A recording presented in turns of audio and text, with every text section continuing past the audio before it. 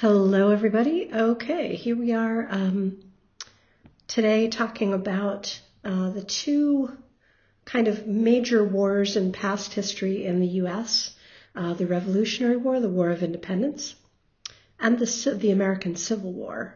America, a nation at war with England, and later at war with itself. Our aims for this lesson are that by the end, you should be able to describe how the U.S. is a young nation state, especially in comparison to England. You should be able to explain the origins of the Revolutionary War and the American Civil War. You'll be able to evaluate the role that major U.S. presidents have played in those two conflicts, and be able to describe some of the outcomes and repercussions of the American Civil War.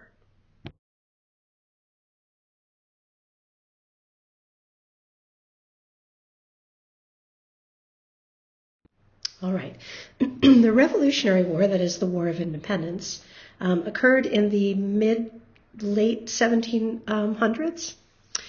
Why did the U.S. begin a war with England? Well, initially, they were quite happy to be under English protection, especially because the French owned, colonized parts of Canada and also parts of the western, what was to become the United States, the West.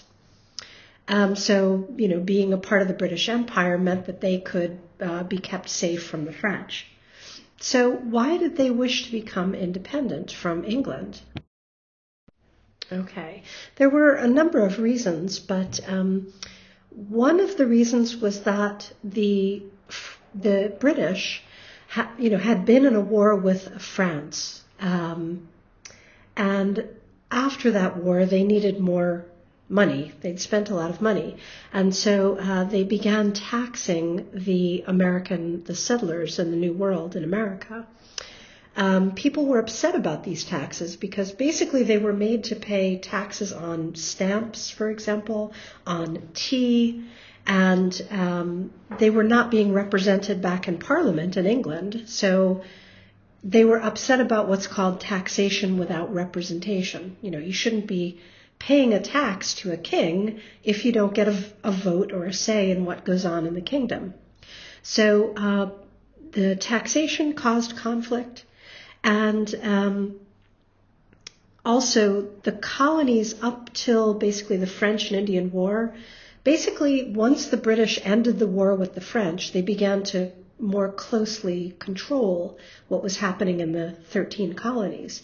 Up till that point, though, the settlers had kind of been on their own, and so they didn't appreciate the control that King George was trying to hold over them.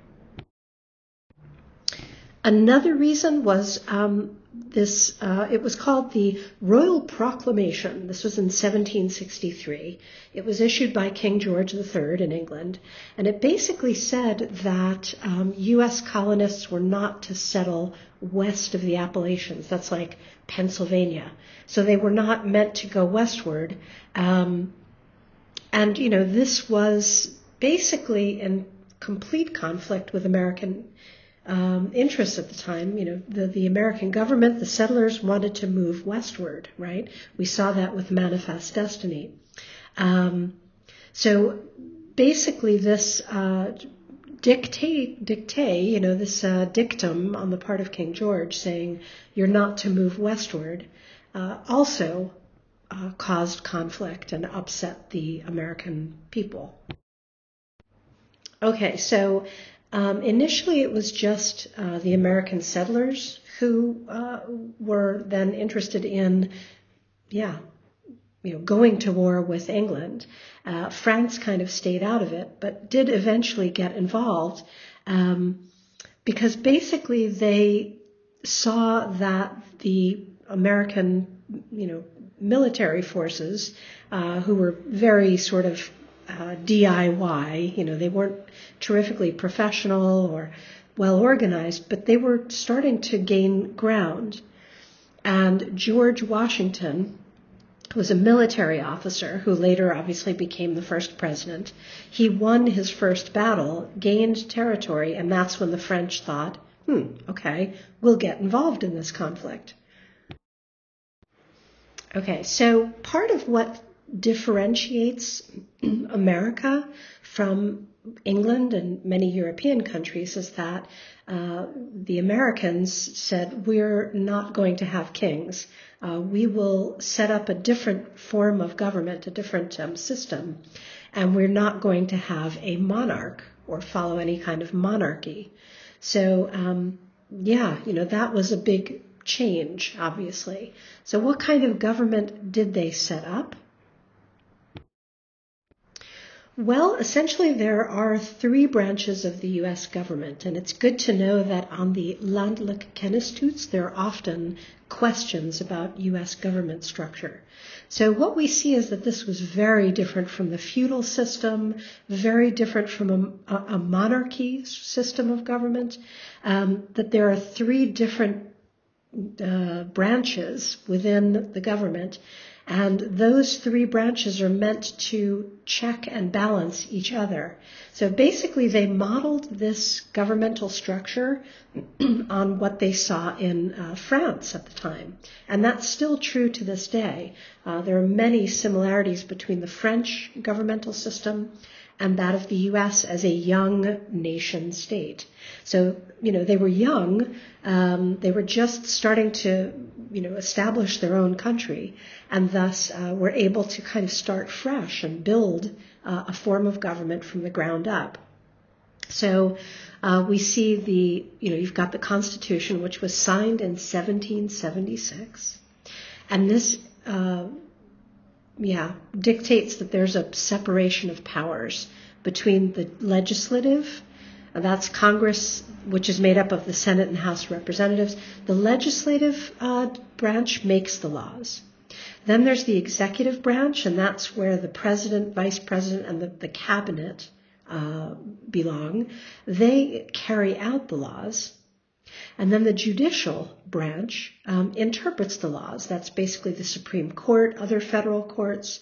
So these three branches of power are meant to check each other so that one does not become all-powerful. Again, the difference between, a representative democracy, like we see in the U.S., and a monarchy, like we saw in England.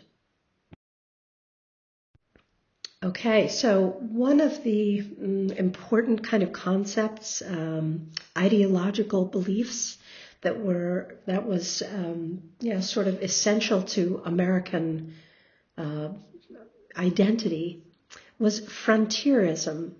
So, this idea that the Americans were going to move westward into the frontier, into the wild new territory, and take this territory for their own. So they rejected that proclamation by King George, saying that they couldn't move west.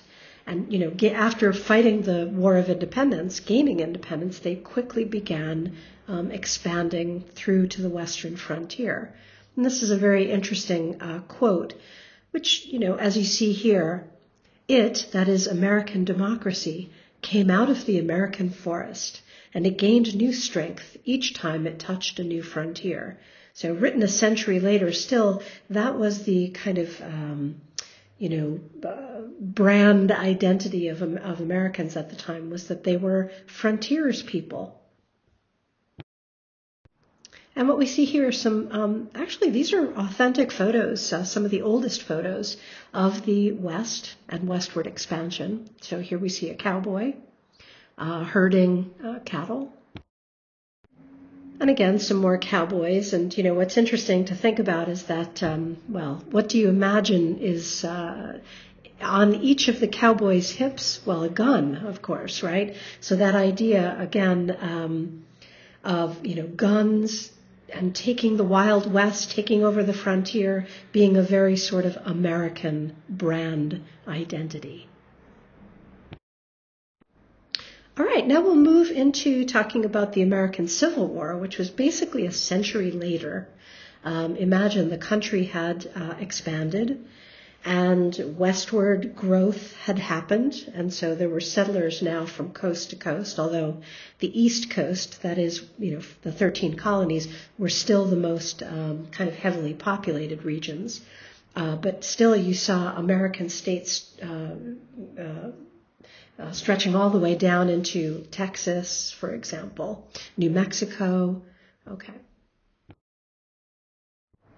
Okay, one thing that we need to definitely address is the fact that although historians debate this, American historians, it is generally agreed that one of the main reasons for the Civil War was the issue of slavery. I'll show you a map in a couple of slides that show you the states and which side they were on.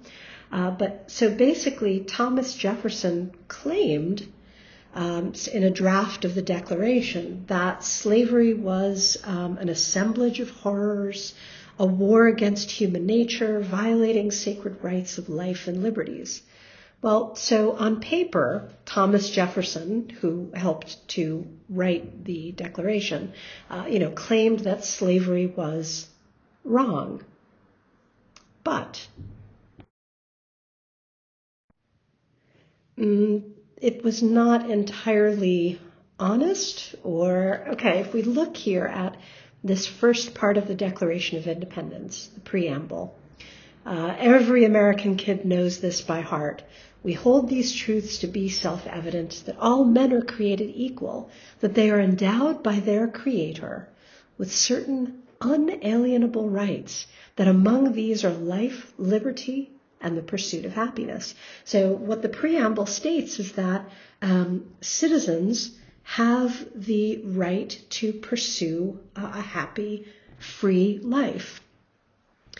But what's the key word here? Who does this leave out? Well, the word is men, so it leaves out women, but also then in closer reading, people of color were not part of this declaration. They did not have a vote. They were not even considered to be fully human. So again, the fact that, this was pretty woke and pretty enlightened for its time, but still there were definitely populations of, people living in the United States who were left out, slaves. So as we've seen, right, Thomas Jefferson claims that slavery is a horror. Yet, he also bought and traded as many as 600 slaves over his lifetime. So it's still famous as a tourist destination to this day, is his plantation home in Monticello. And, there was a whole, basically, little community of slave labor that he made use of. So on one hand, he's claiming that slavery is bad, but on the other, he's making money off of it and profiting from it.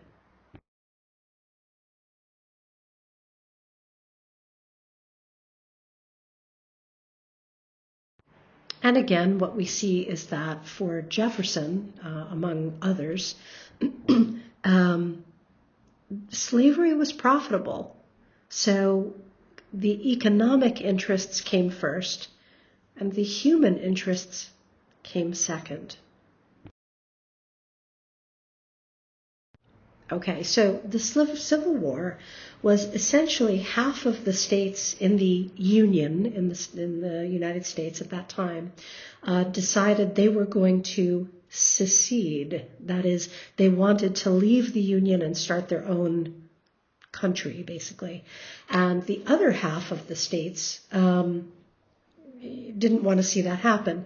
And basically, why did some of the states want to leave the Union and become their own kind of country? Well, because of slavery. These were states that wanted to continue slavery as a mass profit scheme. So they claimed, these were the southern states, I'll show you a map in a moment, besides economics, they had to justify why slavery should continue. So they claimed that abolishing slavery would lead to chaos and anarchy. So we need to continue slave ownership. They also claimed the Greeks and the Romans had slaves, so there's a historical precedent. They even looked to parts of the Bible to basically explain away why they needed to have slaves. And they also put forth that idea, as we talked about in a previous class, that, black people were not really people. They were half devil, half child. So, they needed to be controlled. And that was the white man's sort of obligation, right? Okay, so this caused great conflict between the states, slavery and slave ownership. Interestingly, in the 1850s, there was a law passed called the Fugitive Slave Act that said that even if slaves were freed, their owners could basically come and find them at any point and take them back. So, they sort of explained away that this was the place of black people in the natural system, that they needed owners, and that, again, with the Fugitive Slave Act, even if they ran away and tried to become free, they still belonged to their owners in a natural order. Again, a very, very controversial and conflict, causing ideology. Okay, so at this point, in the mid-1800s, Abraham Lincoln becomes president, and he is much more progressive. He wants to see an end to slavery. So he basically uses the Civil War as the opportunity to make a large change. In 1865, slavery was officially abolished. And then, of course, we know what happened to Lincoln, right? Lincoln was assassinated on his way to the theater with his wife, and this was quite a blow to the country. So much so that American poet Walt Whitman wrote a poem entitled "O Captain, O Captain," about Abraham Lincoln, and the fact that he likens Lincoln to the captain of a ship, where on the deck my captain lies, fallen cold and dead. Basically what he's saying is that the experiment hadn't ended, that Lincoln died and the ship was still at sea, and, America was then without a captain. So which states are we talking about? Well, the Confederacy, that's Texas, Arkansas, Louisiana, Mississippi, Tennessee, Alabama, Georgia, Florida, North and South Carolina, and Virginia were all part of the Confederacy. That meant they wanted to secede and set up their own slave-owning country, essentially. And the Union states were the northern states who fought against the South. So, essentially, within the United States, the North and South states fighting each other. Okay, so if we think about the causes of the Civil War, we also need now to think about the results, the repercussions. What were the consequences of this Civil War? I mean, again, it happened quite a while ago, but although the United States is a young country comparatively. But can you think of any modern day evidence that the Civil War and its causes have not really been resolved? Well, if we think about slavery and the rights of Black Americans having been a cause, then certainly there is modern day evidence that there are still problems in this area, such as, well, here we see the voting divide between red and blue states. There are still divided factions in terms of how presidents are chosen and who votes for whom. And that definitely follows along racial lines and racial geography in the United States. I mean, although this image is an older one, Certainly, police brutality against Black Americans continues to be quite an issue and quite an unresolved and perhaps exacerbated, that it's getting worse, that this issue is ongoing.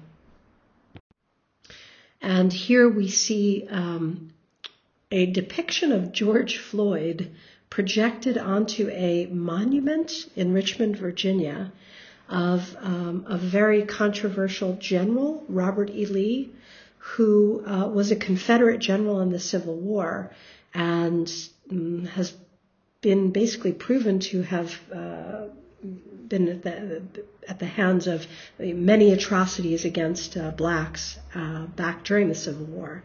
So for many people, the image of Robert E. Lee is extremely triggering, and many states, many cities have chosen to take these monuments down.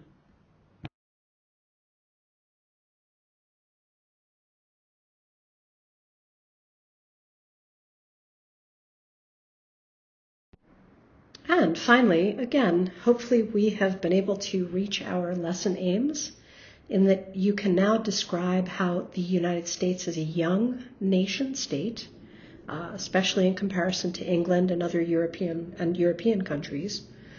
You should be able to explain the origins of the Revolutionary War, the War of Independence, and the American Civil War. You should be able to evaluate the role that major U.S. presidents, namely George Washington, Abraham Lincoln, Thomas Jefferson, have played in the conflicts. And you'll be able to describe some of the outcomes and existing consequences, repercussions of the American Civil War. Thanks for listening.